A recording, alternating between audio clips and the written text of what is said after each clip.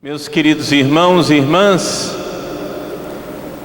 a liturgia deste domingo quer nos ensinar a reconhecer a presença de Deus nos lugares onde nós menos esperamos. Na verdade, é esta a grande mensagem do Evangelho que acaba de ser proclamado. Jesus vai até a sua terra, Nazaré, e ali, aqueles homens e mulheres que viram Jesus pequenino, crescendo, brincando nas ruas com seus filhos, aqueles homens e mulheres para os quais Jesus tinha feito certamente alguns móveis como carpinteiro,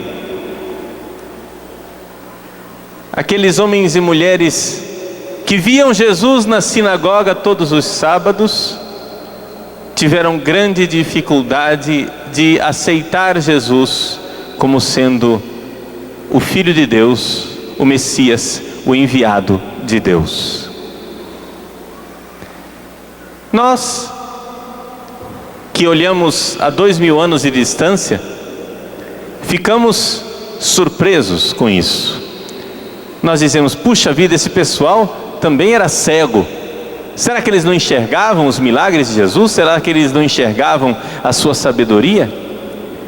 Meus queridos, eles enxergavam tudo isso.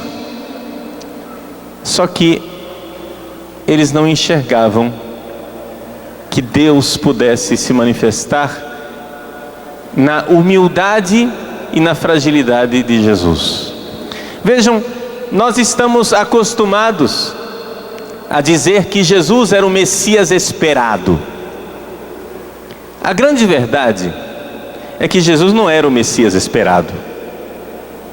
Jesus é o Messias inesperado. Ele é o Messias de um jeito que ninguém esperava. Ele é o Messias de um jeito que as pessoas não pensavam. Por quê? Porque quando vem o enviado de Deus, Todo-Poderoso, Criador do céu e da terra, o que é que nós esperamos? Nós esperamos que Ele venha com poder. Vem Deus Todo-Poderoso, e quando Ele vem não todo-poderoso, Ele vem impotente, frágil.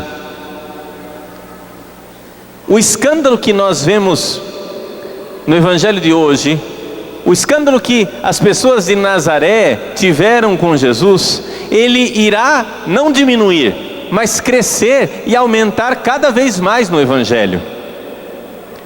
E aqui então acontece aquela bem-aventurança que diz: bem-aventurado aquele que não se escandaliza de mim. Por quê? Porque a verdade é essa, a maior parte das pessoas se escandalizavam de Jesus, porque Jesus é escandaloso. E por que Jesus é escandaloso? Porque Ele não é do jeito que nós esperamos. Nós temos que compreender, meus irmãos, que se nós quisermos ser verdadeiros cristãos, nós temos que antes fazer um profundo esforço para sermos ateus. Veja, não se escandalize comigo agora, né? Se além de escandalizar com Jesus, você ainda se escandaliza comigo, fica pior. Então deixa eu explicar para você, antes de você se escandalizar. O que quer dizer que nós precisamos ser ateus? Nós precisamos ser ateus dos deuses falsos.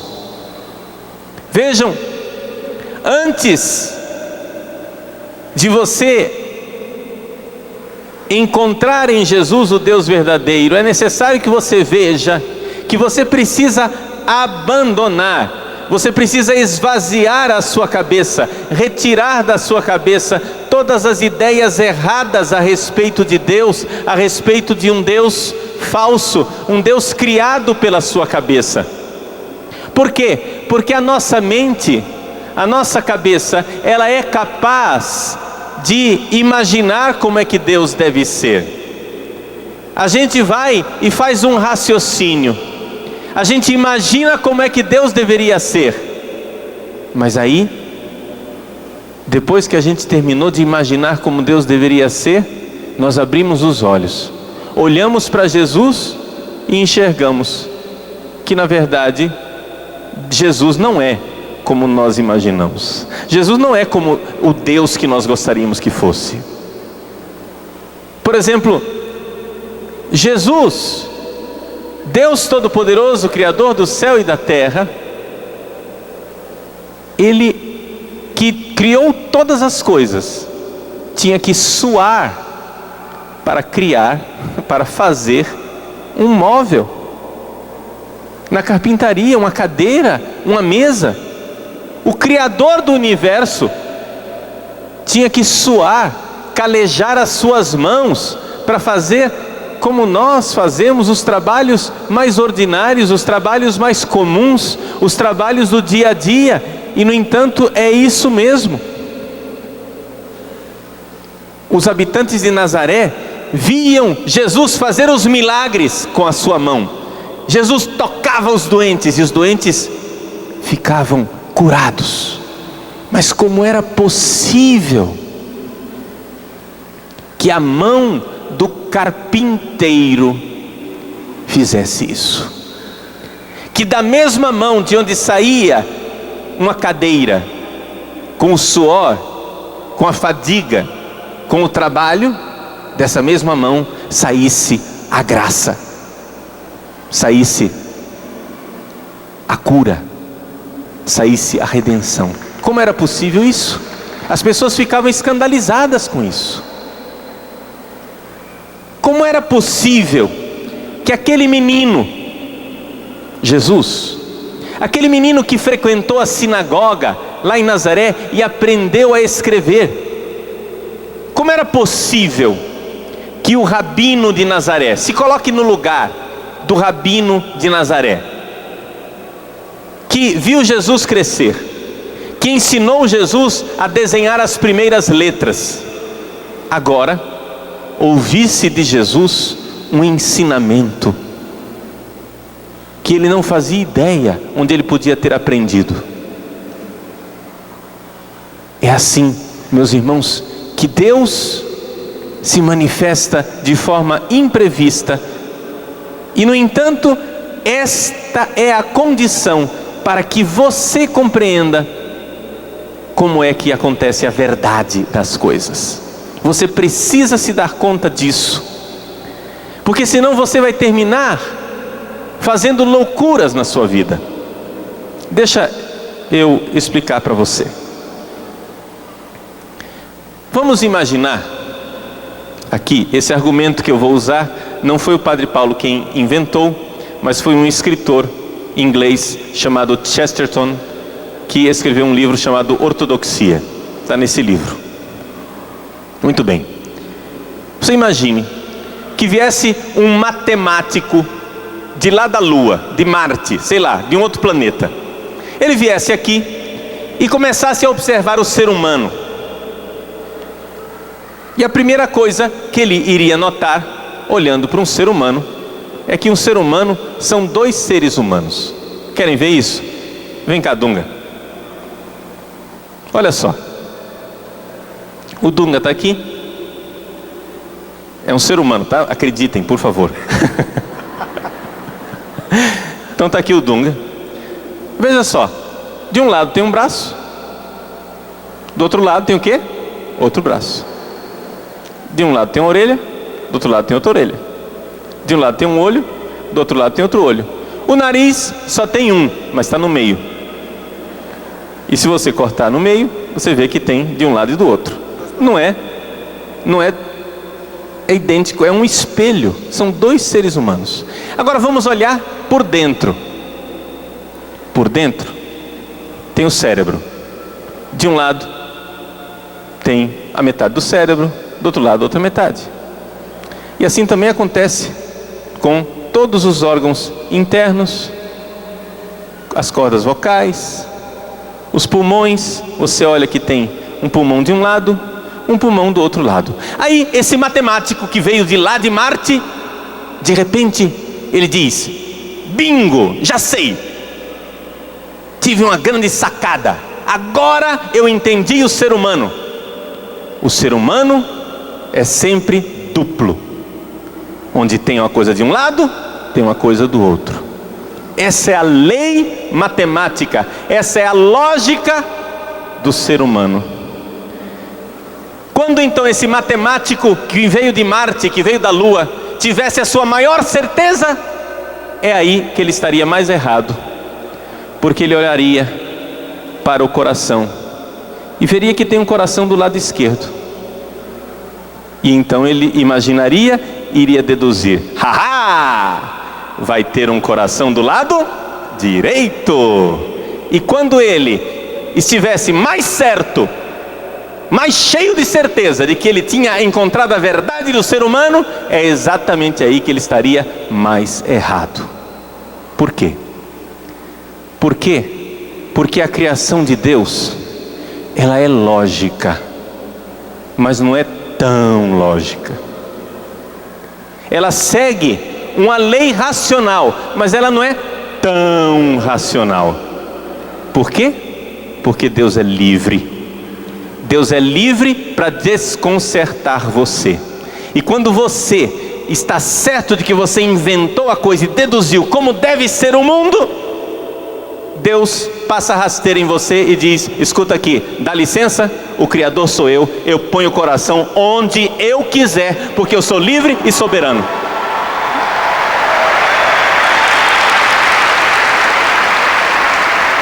Existe a liberdade de Deus.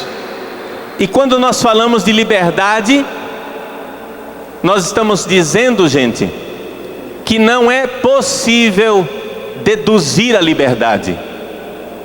Não é possível você fazer um raciocínio lógico e deduzir a liberdade. Eu estou aqui com o meu celular na mão. Você sabe se eu vou colocar o celular de volta no ambão ou se eu vou colocá-lo no meu bolso? Você pode fazer um raciocínio lógico que você quiser. Agora, eu também ponho o celular onde eu quiser, porque eu sou livre. Está entendendo isso? Essa é a realidade. Agora, o que as pessoas não entendem é que Deus é livre. Deus é profundamente livre. E Deus faz como Ele quer. Se nós fôssemos salvar o mundo, como é que nós faríamos? Nós certamente salvaríamos o mundo de muitas formas. Mas eu tenho certeza de que ninguém de nós iria querer salvar o mundo pela cruz. Porque a cruz é um jeito para nós muito estranho de agir. É um jeito muito esquisito de salvar o mundo.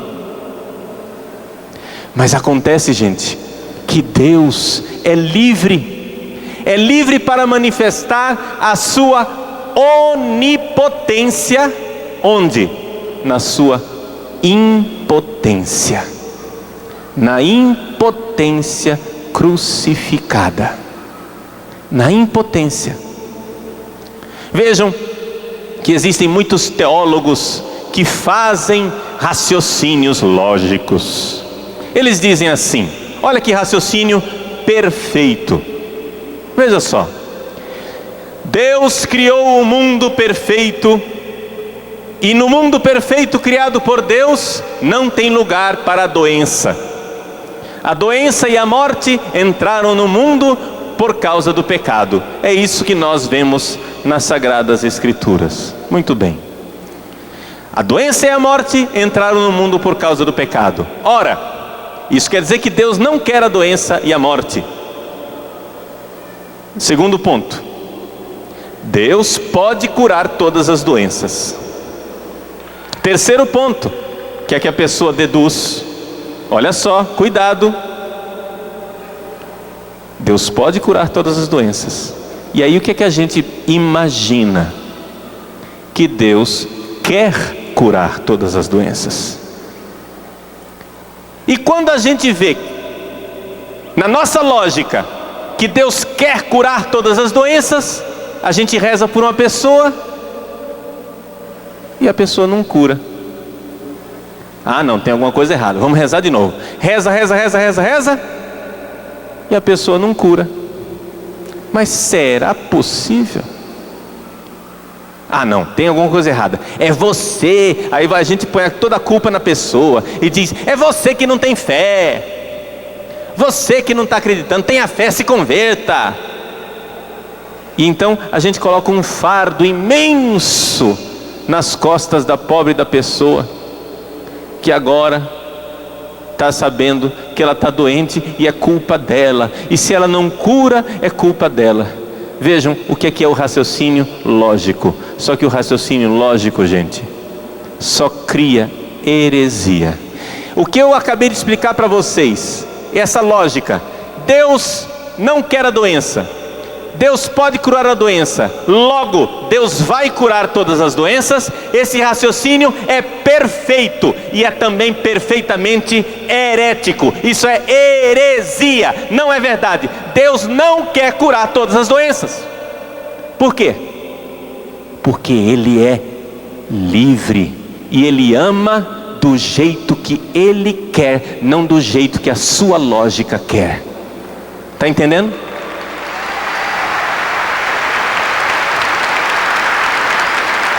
Deus irá curar todas as doenças na ressurreição dos mortos e na vida eterna, amém. É isso que Deus vai fazer. Ele vai curar, Ele vai chegar, quando nós chegarmos lá no céu, Ele vai chegar e vai dizer para você: meu irmão, minha irmã, meu filho, minha filha, para de chorar, chega. Ele vai enxugar nossa lágrima e vai dizer: chega de sofrimento, entra para a alegria do teu Senhor. É isso que vai acontecer.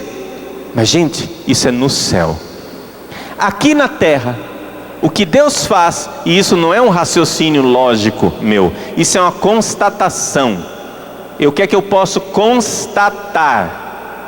O que eu posso constatar é a liberdade de Deus, a desconcertante liberdade de Deus, que quer curar algumas doenças e outras Ele não quer curar, que quer levantar algumas pessoas da cadeira de roda e a outros Ele quer que levem essa cruz todos os dias.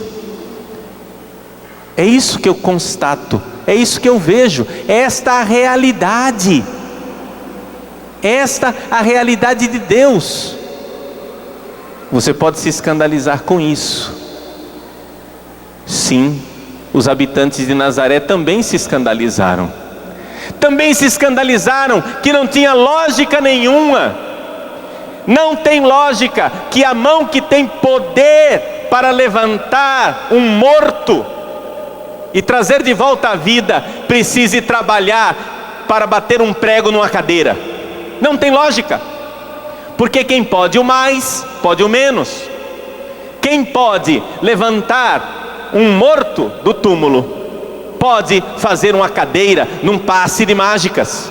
E no entanto, Jesus é assim. Jesus é desconcertante. Deus é desconcertante porque Ele é livre. Agora não quer dizer que Ele é sem lógica, não quer dizer que Deus é irracional, não, quer dizer que Ele é de uma racionalidade superior, e é de um amor tão grande e tão maravilhoso que nós não podemos entender. Aqui é que está a verdade.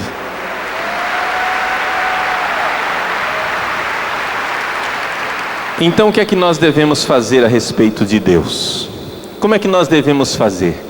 Antes de afirmar as coisas, antes de dizer as coisas a respeito de Deus, nós temos que primeiro esvaziar a nossa cabeça de nossas lógicas humanas. Nós temos que esvaziar a nossa cabeça das nossas deduções humanas. Por quê? Porque é assim que o diabo faz para a gente perder a fé. Como é que o diabo faz para a gente perder a fé? Deixa eu ensinar você que é jovem, você que está aqui nesse PHN e está começando agora a sua caminhada de igreja, deixa eu ensinar para você como que faz para você perder a fé. Você faz assim: você primeiro acredita num Deus falso, do tipo, Deus quer curar todas as doenças. Aí você vai lá no grupo de oração, impõe as mãos numa pessoa e a pessoa cura. E você diz: está vendo? Eu sabia, Deus quer curar todas as doenças. Aí depois, na semana seguinte, você vai no grupo de oração, impõe as mãos na pessoa e nada. Aí você diz: espera lá, não deu certo dessa vez, vamos rezar outra vez. Põe as mãos na pessoa e nada. E aí, o que é que eu faço agora? Bom, agora, meu irmão, agora você inclina a sua cabeça e adora a liberdade de Deus que ama você, mesmo quando você tem que carregar a cruz. É esse o único caminho. É esse o único caminho. Por quê? Porque se você não fizer isso, o diabo vai vir sorrateiramente no seu ouvido e vai dizer assim: está vendo? Não funcionou. Eu disse para você, Deus não existe. Ele não existe. Está entendendo? É aí que está. Você tem que esvaziar sua cabeça. Você tem que ser ateu dos deuses falsos. Não creia nos deuses falsos. Creia no único Deus verdadeiro, Jesus Cristo. E se você crer em Jesus Cristo, você terá um Deus verdadeiro, não a ideia de Deus. Você precisa crer em Jesus, que é Deus verdadeiro, e é Deus verdadeiro que nos desconcerta. Jesus é Deus verdadeiro que deixa a gente boquiaberto, sem a gente saber. É assim que Jesus é. Tem a Igreja Católica, graças a Deus, vive isso com muita realidade. É por isso que é difícil ser católico, e é por isso que é muito fácil ser herege. Sabia? É fácil ser herege. Basta você aprender 2 versículos da Bíblia que você vira herege imediatamente. Quer ver? Alguém bate na porta da sua casa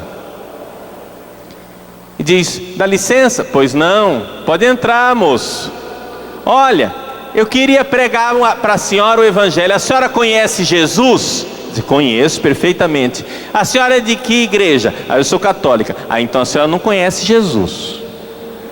Deixa eu mostrar para a senhora que a senhora está numa igreja que não obedece à Bíblia. Aí ela vai lá: traz aqui a Bíblia da senhora. Aí ela vai lá e leva a Bíblia. Eu vou mostrar para a senhora, olha aqui, no capítulo 20 do livro do Êxodo. No capítulo 20 do livro do Êxodo está escrito assim: não farás imagens. Está vendo? O que é aquilo ali na mesa da senhora? É uma imagem de Nossa Senhora Aparecida. Está vendo? A senhora é uma idólatra, está desobedecendo a Bíblia. A senhora não é de Deus. Joga fora essa imagem. Já ouviram falar essa conversa aqui? Já. Ah, muito bem. Deixa eu dizer uma coisa para vocês. Só que isso é heresia. Sabe por quê? Porque você vai lá no livro do Êxodo, no capítulo 20, e está proibindo de fazer imagem. Aí você vira a página da Bíblia, vira outra vez, e chega no capítulo 25, e lá Deus está mandando fazer 2 imagens de querubim. Como é que no capítulo 20 Deus proíbe fazer imagem, e no capítulo 25 Deus manda fazer imagem? Sabe por quê? Porque Deus é Deus, e é você que tem que fazer força para compreender Ele, e não enjaular Deus na sua lógica humana.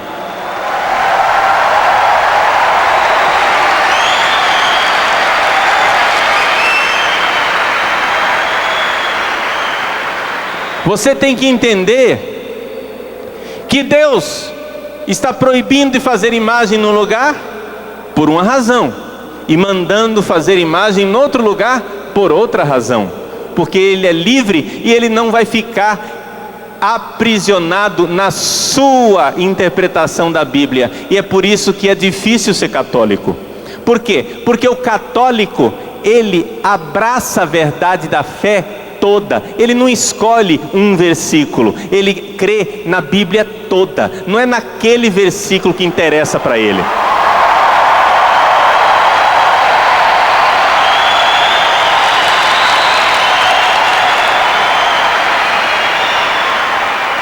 E se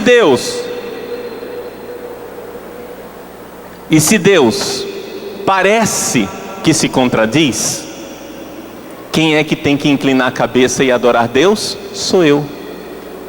Então, meu irmão, não creia num Deus que cabe na jaula de um raciocínio.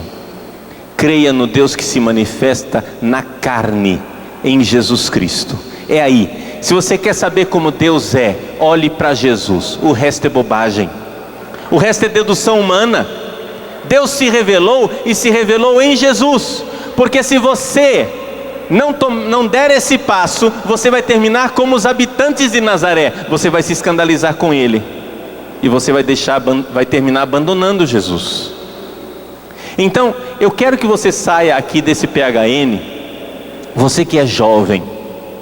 Você que agora conheceu Jesus e vai dar os seus primeiros passos na fé, eu quero que você saia aqui desses PHN entendendo uma coisa, meu filho. Você tem que entender uma coisa, minha filha. Se você quer saber como Deus é, olhe para Jesus. Ele é Deus que se fez carne. Não olhe para ideias. Não olhe para ideias, porque as ideias não são do jeito que você pensa. Você deduz pelas suas ideias, mas termina fazendo bobagem. Vocês vejam, por exemplo, quantas e quantas pessoas põem na cabeça uma ideia e diz: o mundo tem que ser assim, tem que ser do jeito que eu penso, e sai por aí quebrando o mundo, porque o mundo está errado e a ideia dela é que está certa. É essa mentalidade revolucionária que não está certo. Não, você não pode ser revolucionário desse jeito. O revolucionário é o cara que tem uma ideia na cabeça, e agora quem está errado é o mundo, quem está errado é Deus, quem está errado é a igreja, quem está errado é o Papa, porque não está batendo com a minha ideia. Agora escuta aqui, ô moleque, quem que você pensa que você é? Quem que você pensa que você é, que com suas ideias ridículas quer aprisionar Deus, quer aprisionar a igreja, quer aprisionar o mundo, quer aprisionar a realidade? É a sua cabecinha oca quem tem que mudar. Você é quem tem que mudar a sua ideia, porque você está errado e você precisa inclinar sua cabeça em adoração diante de Deus que se revela em Jesus Cristo e dizer: se eu não estou entendendo Deus, quem está errado sou eu.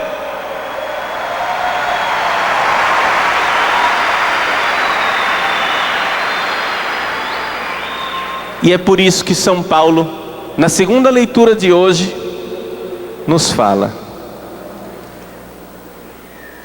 é na fraqueza que a força se manifesta.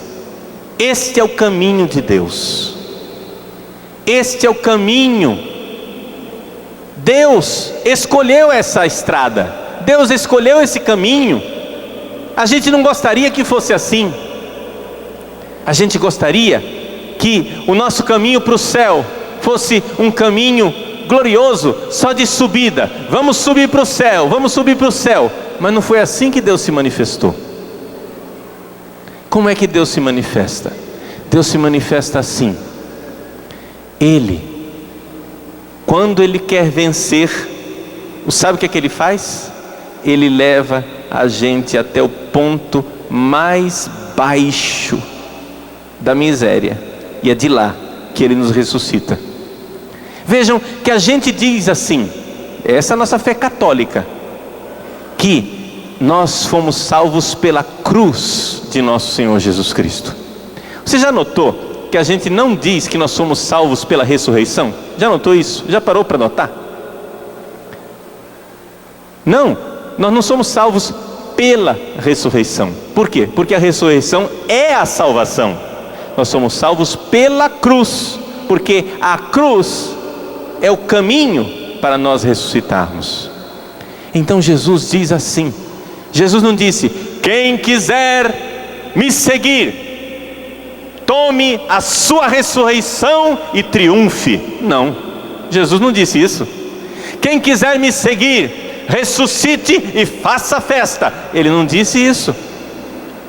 Jesus disse: quem quiser me seguir, renuncie a si mesmo. E você vai começar hoje a renunciar o quê? Em primeiro lugar, as suas ideiazinhas de jirico, as suas ideiazinhas de jumento. Entendeu? Você vai começar a renunciar às bobagens que estão na sua cabeça.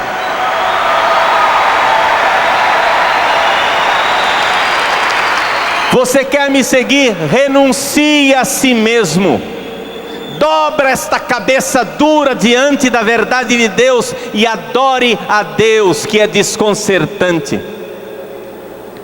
Ontem nós celebramos a missa e eu não comentei nada da primeira leitura, mas eu queria pegar a primeira leitura da missa de ontem como exemplo disso daqui que eu estou dizendo. A leitura de ontem, primeira leitura de ontem, falava de Jacó, o trapaceiro, e da mãe de Jacó, trapaceira, né?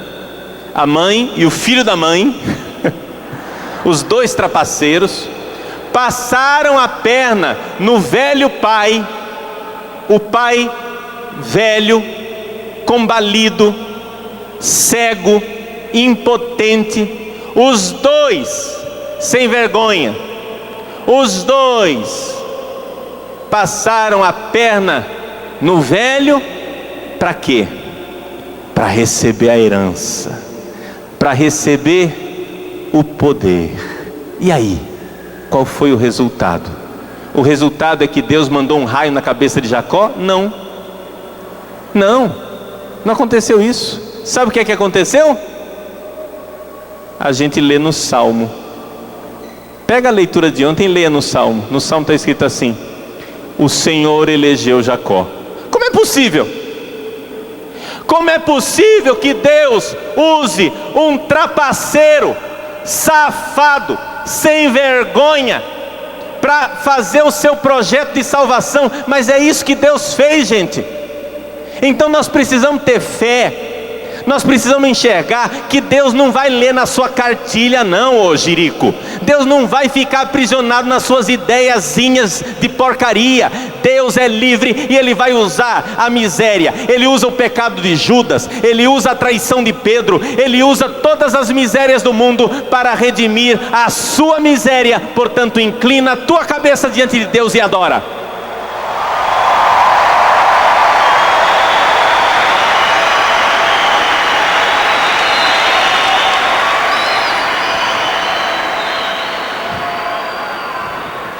Existe um grande santo chamado São Máximo, o confessor. Ele diz assim: os idiotas, santo também xinga, tá? Ele diz: os idiotas clamam a misericórdia de Deus dia e noite, e quando ela aparece, não a reconhecem. Os idiotas clamam a misericórdia de Deus dia e noite, e quando ela aparece, não a reconhecem. Gente, Deus age das formas mais estranhas, das formas mais esdrúxulas. Eu sei que você é jovem, mas você é um ser humano, e ser humano também sofre. Eu sei, jovem não gosta de admitir que sofre, né? Jovem é assim, ele sai de casa, aí sai com aquele sorriso estampado no rosto, fazendo alegria, e festa, e pirueta, e faz barulho, e pronto, e anda com a galera, e vai embora, felicidade sem fim. O problema é que quando o jovem volta para casa, fecha a porta, cria aquele bico daquele tamanho, porque o mundo está errado, eu é que estou certo. aquele cara simpático com todo mundo, em casa é um jumento que só sabe dar coice.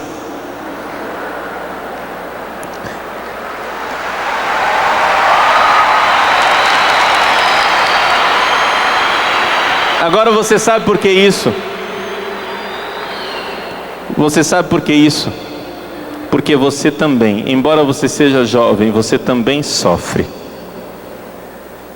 Embora você seja jovem, você também sofre. Você também sofre a pressão da vida. Você também tem a expectativa de todo mundo. Tem a pressão da vida, porque sua vida tem que dar certo, porque todo mundo espera que dê certo. Porque todo mundo fica fazendo pressão em cima de você. Lá vem o Dunga dizer para você: tenha coragem, tenha coragem. E você sofre um pouco esmagado debaixo daquele negócio. Mas você, se você está sofrendo, eu não sei qual é seu sofrimento. Embora você seja jovem, eu não sei qual é seu sofrimento. Se você está sofrendo, meu irmão, eu tenho a cura para você. Renuncie a você mesmo. Abraça essa cruz. Abraça a cruz. Por quê? Se existe, vejam só, eu vou ser bem prático aqui, porque eu preciso, agora concluindo essa homilia, eu preciso deixar alguma coisa de prático para você. Se existe solução para o problema que você está vivendo, muito bem, resolva. É claro, se tem solução, a gente resolve. Deus nos deu inteligência para resolver os problemas. Mas se não tem solução, meu irmão, abraça a cruz. Você só tem duas opções, não três, você tem duas. Ou você abraça a cruz e caminha para a ressurreição, ou você foge da cruz e vai morrer esmagado por ela. Essas são as duas opções. Qual das duas você prefere? Abraçar a cruz, é claro. Nós gostaríamos que tivesse uma terceira opção, que existisse vida sem cruz. O jovem, na ideia de jirico dele, ele acha que o mundo está errado. Não, eu sonho com um mundo diferente. Nós vamos fazer um mundo diferente, onde não vai ter mais sofrimento. Meu irmão, esquece, não vai acontecer. Não é isso. Você pode sonhar, você deve sonhar, você tem que ter a coragem de sonhar. Mas a coragem de sonhar com a ressurreição requer a coragem de abraçar a cruz. Por isso, jovem, sê forte e corajoso, abraça essa cruz e caminha para a ressurreição.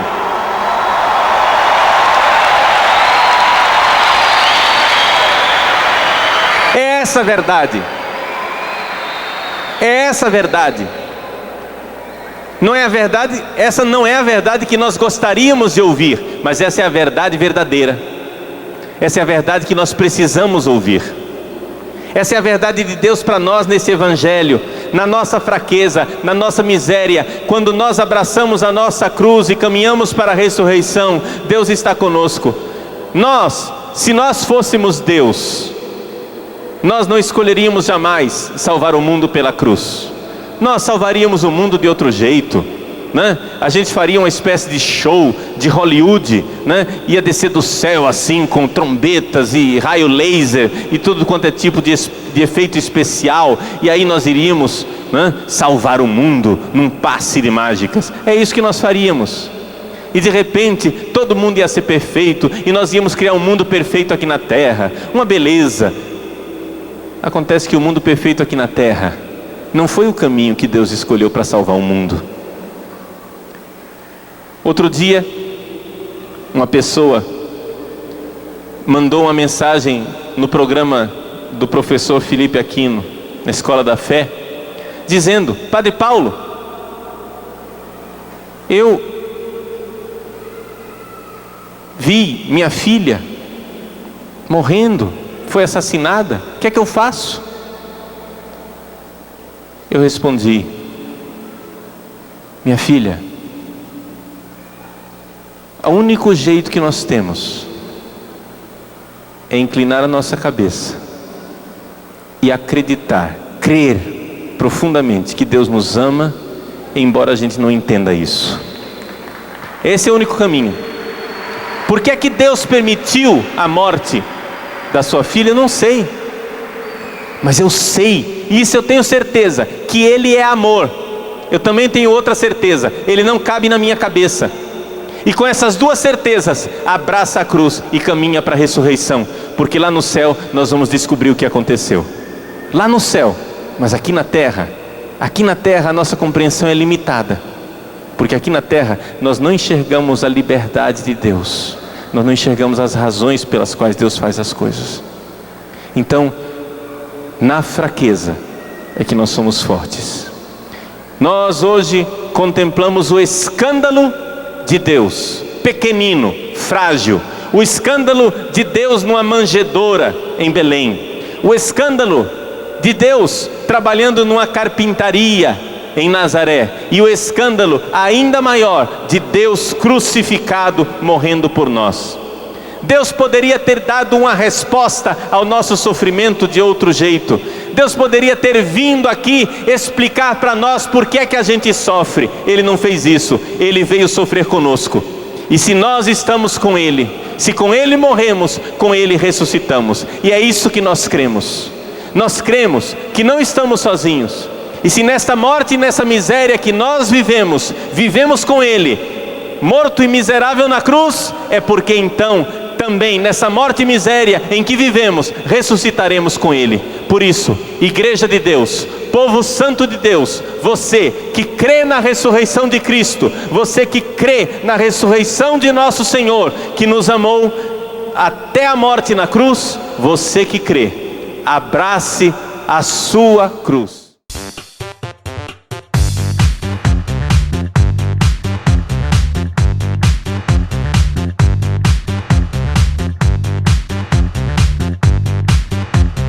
CançãoNovaPlay.com. Assine já!